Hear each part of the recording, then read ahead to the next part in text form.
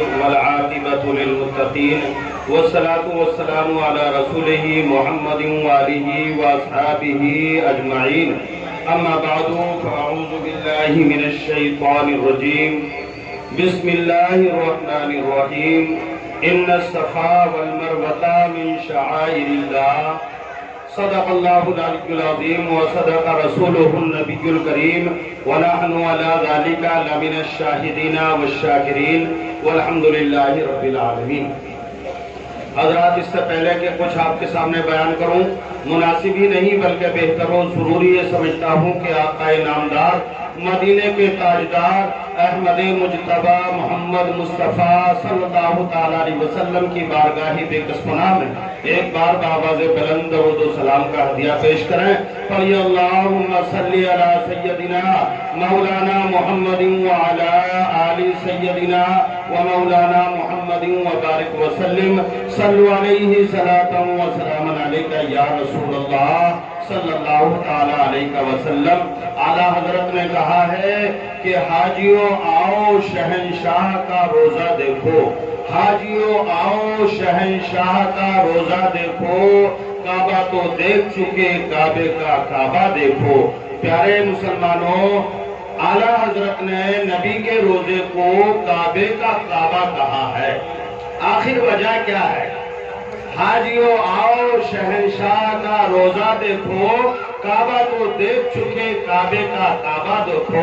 پیارے مسلمانوں، اللہ تبارک و تعالیٰ نے نبی کے روزے میں وہ خاصیت رکھی ہے، ہم کعبے میں جائیں تو اللہ تبارک و تعالیٰ ایک نیکی کرنے والے کو 1,00,000 نیکی کا ثواب عطا فرماتا ہے۔ ہم کعبے میں 1 رکعت نماز ادا کریں تو اللہ 1,00,000 رکعتوں کا ثواب عطا فرماتا ہے۔ مگر نبی کے دیار میں اگر مسجد نبوی میں کوئی 1 نیکی کرے تو 50,000 کا ثواب کم ہے۔ مگر اعلیٰ حضرت نے نبی کے روزے کی ترجیح اور اعلیٰ کعبے سے بھی بڑھا دی۔ آخر وجہ کیا ہے؟ تو پیارے مسلمانوں، خانہ کعبہ میں ہم اگر نیکی کریں تو 1,00,000 نیکی کا ثواب، اور گناہ کریں تب بھی 1,00,000 کا ہی گناہ پڑیں گے۔ اور نبی کے دیار میں اگر نیکی کریں تو 50,000 کا ثواب، اور اگر گناہ کریں تو گناہ 1 ہی لکھا جائے گا، 50,000 نہیں۔ اس لیے اعلیٰ حضرت نے کہا ہے حاجیوں آؤ شہنشاہ کا روزہ دیکھو، کعبہ تو دیکھ چکے کعبے کا کعبہ دیکھو۔ اور پیارے مسلمانوں، پیارے آقا ارشاد فرماتے ہیں من زارا قبری وجبت لہو شفاعتی، جس نے میرے روزے کی زیارت کر لی میری شفاعت اس پر واجب ہو گئی۔ تو پیارے مسلمانوں، کتنی قسمت کی بات ہے، ہمیں نبی کا دیار دیکھنے کے لیے مل جائے، ہمیں نبی کا روزہ دیکھنے کے لیے مل جائے۔ نبی کی حدیث ہے میری شفاعت اس پر واجب ہوتی ہے۔ اسی لیے تو ہر مسلمان کی آرزو اور تمنا یہ ہوتی ہے، دکھا دے یا الہی وہ مدینہ کیسی مستی ہے، دکھا دے یا الہی وہ مدینہ کیسی مستی ہے جہاں پر رات دن مولا تیری رحمت برستی ہے۔ پیارے مسلمانوں، حاجی ہمارے عمران صاحب، ان کے اہلیہ صاحبہ حج بیت اللہ کے لیے جا رہی ہیں، اللہ ان کے حج کو اپنی بارگاہ میں قبول فرمائے۔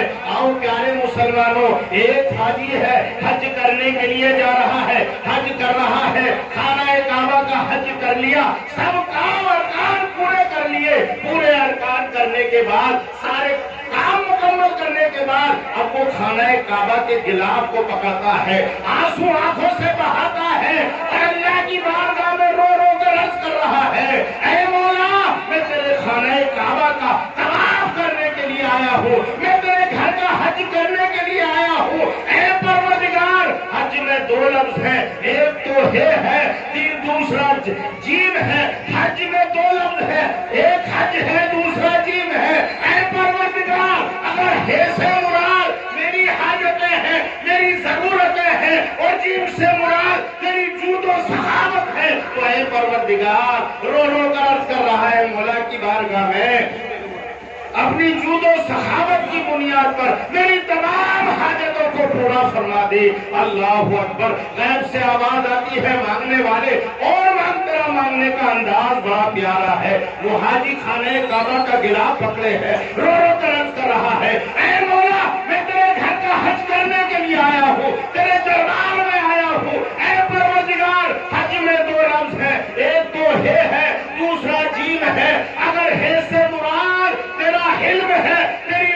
بردباری ہے، تیری نرمی ہے، اور جیم سے مراد میری ضرورتیں ہیں، میرے جرم و گناہ ہیں، میری خطا ہے۔ تو اے پروردگار اپنے حلم، اپنی بردباری کی بنیاد پر میرے جرموں کو، میرے گناہوں کو، میری خطاؤں کو معاف فرما دے۔ اللہ اکبر۔ یہ حاجی خانہ کعبہ کا گلاف پکڑ کر رو رو کر رب کی بارگاہ میں عرض کر رہا ہے، غیب سے آواز آتی ہے، مانگنے والے اور مانگ لے، تیرا مانگنے کا انداز بڑا پیارا ہے۔ یہ حاجی رو رو کر خانہ کعبہ کا گلاف پکڑ کر رب کی بارگاہ میں عرض کرتا ہے، اے مولا میں تیرے گھر کا حج کرنے کے لیے آیا ہوں، حج کرنے کے لیے آیا ہوں۔ رو رو کر خانہ کعبہ کا گلاف پڑھ کر رب کی بارگاہ میں عرض کرتا ہے، اے پروردگار حج میں دو لفظ ہے، ایک تو ہے دوسرا جیم ہے۔ اگر ہے سے مراد ایمان کی حلاوت ہے اور جیم سے مراد تیرے نام کی جلالت ہے، تو پروردگار اپنے نام کی جلالت کی بنیاد پر میرے ایمان کی حفاظت فرما دے، مجھے ایمان کی حلاوت عطا فرما دے۔ اللہ اکبر۔ غیب سے آواز آتی ہے، غیب سے آواز آتی ہے، مانگنے والے تیرا انداز بڑا پیارا ہے، مانگنے جو مانگنا چاہے۔ اور شاعر کہتا ہے کہ ہم تو مائل برکرم ہیں، کوئی سائل ہی نہیں، راہ دکھلائے کسے راہ رب منزل ہی نہیں۔ پیارے مسلمانوں، یہ رب کا دربار ہے، یہ خانہ کعبہ ہے، جو بھی وہاں جا کر مانگتا ہے اسے عطا کر دیا جاتا ہے۔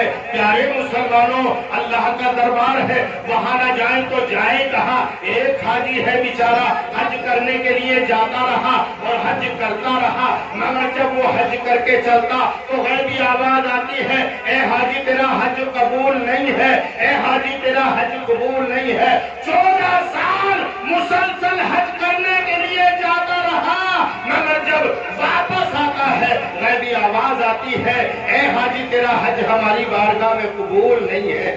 تو ساتھ والوں نے کہا، یار 14 سال ہو گئے حج کو آتے آتے، اگر تمہارا حج رب قبول نہیں کر رہا ہے تو آنے کی ضرورت کیا ہے؟ پیارے مسلمانوں، اس حاجی کا جواب سنو۔ اس حاجی نے کہا کہ اے میرے ساتھیوں، ٹھیک ہے رب میرے حج کو قبول نہیں کر رہا ہے، مگر مجھے وہ دربار بتا دو جہاں جا کے میرا حج قبول ہو جائے۔ کیا اللہ کے علاوہ بھی کوئی اور دربار ہے جہاں چلا جاؤں؟ اگر پوری زندگی منع کرتے رہے گا رب کی طرف سے، یہ آواز آتی رہے گی، میں پوری زندگی آتا رہوں گا۔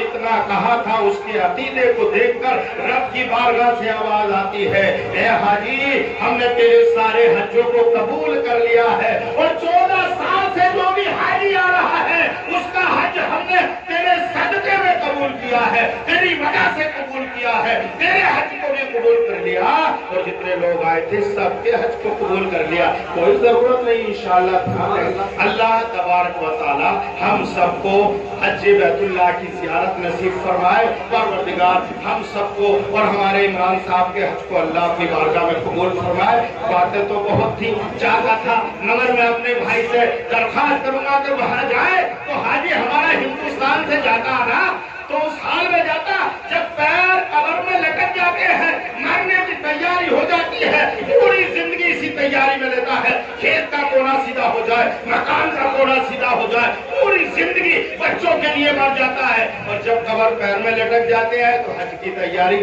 اب پتا چلا وہاں کمرہ مل گیا ایئر کنڈیشن، تو اب نہیں دیکھتا کعبے کو، وہاں کی لو کے تھپیڑے، گرمی کا موسم، وہ کیوں نکلے گا جب ایئر کنڈیشن اور اے سی لگی ہو کمرہ مل گئی؟ وہیں سے کر کے حج پورا چلا، رومال ڈال لیا لال، کھجوریں خرید لی، پانی دے لیا، بولے آ گئے حاجی صاحب۔ اب پرانے حاجی بھی آئے کہ حاجی صاحب حج ہو گیا؟ کہ بالکل ہم نے تو بھائی آرام کیا ہی نہیں ہے، مکمل حج کرا، ساری جگہ پر پہنچے۔ کسی نے پوچھا حجر اسود کو دیکھا؟ ہمیں کیسی باتیں کرو، فجر کی نماز پڑھتے تھے اور حجر اسود صاحب سے تو روزانہ ملاقات ہوتی، بڑے موٹے تازے آدمی ہیں، بڑے اچھے آدمی ہیں۔ پرانے حاجی نے کہا کیسی باتیں کر رہے ہو؟ ارے ہم نے تو سنا ہے، ہم نے تو دیکھا حجر اسود ایک پتھر ہے جو خانہ کعبہ کے کونے میں لگا ہوا ہے، مگر جب حج کر لیتا نا آدمی سدھی ہو جاتا، کسی کی بات ماننے تیار نہیں تھا، جیسے کہ بہت بڑا کام کر لیا اس نے، بولا تمہارے زمانے میں ہوگا پتھر، اب تو وہ ایک آدمی ہے بڑا موٹا تازہ۔ ابھی جب میں نے حجر اسود کی طرف تو دیکھتا کیا، تو حالات یہ ہے آرام کرنے کے لیے نہیں، یہ 8 لاکھ یا 10 لاکھ روپے اٹھائے جا رہے ہیں، اے بیٹوں نے خرچ کیے ہیں اس لیے کہ غار حرا جہاں پر سورہ اقرا نازل ہوئی ہے، نبی نے رہ کر کئی روز کے روزے رکھتے اس جگہ عبادت کی ہے۔ غار حرا پہ جانا ہے، غار سور میں جہاں مکئی نے جانا پڑ گیا تھا وہاں جانا ہے، یہ سارے ارکان ادا کرنے ہیں۔ وقت نہیں ہے، انشاءاللہ پھر موقع ملا تو گفتگو ہوگی۔ اللہ ہم سب کو ہدایت نصیب فرمائے، ہمارے حاجی عمران صاحب کے حج کو اپنی بارگاہ میں اللہ قبول فرمائے۔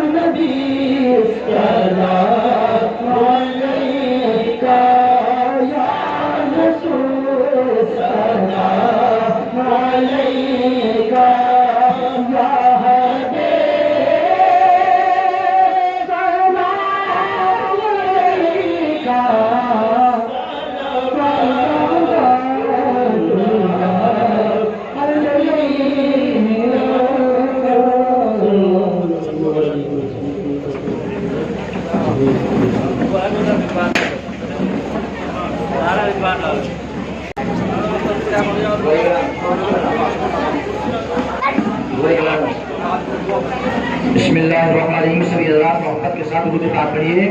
اللہم صلی علی سیدنا و مولانا محمد مبارک وسلم صلی علیہ صلاۃ و سلام علیک یا رسول اللہ صلی اللہ تعالی علیہ وسلم. الہ العالمین پروردگار عالم تیری دید و فکر و تبارک و تعالی بعد نماز ظہر سے الہ العالمین تلاوت کلام پاک کی، تیری حمد و ثنا بیان کی، تیری محبوب کی بارگاہ میں اللہ سب نے بڑی محبت کے ساتھ خریج و خلال عقیدت کے ساتھ کبھی رات کے طور پہ، کبھی درود کے پاک طور پہ اور کبھی الہ العالمین صلاۃ و سلام کے طور پہ پیش کیے. صاحب خانہ نے اسی تعلق سے اللہ آج کھانے کا بھی انتظام اہتمام فرمایا. پروردگار عالم اور بھی انتظاموں کے اہتمام ہے، سامعین سماعت فرمایا، قریبی کو برداشت کیا، قارئین نے پڑھ کر سنایا. یا اللہ تمام محضر کو تیری بارگاہ مقدس میں پیش کر اللہ قبول فرما. یا اللہ ہمارے پڑھنے میں اللہ اہتمام ہے، قصداً صحباً لفظاً معناً جو بھی اغلاط ہیں یا اللہ معاف فرما.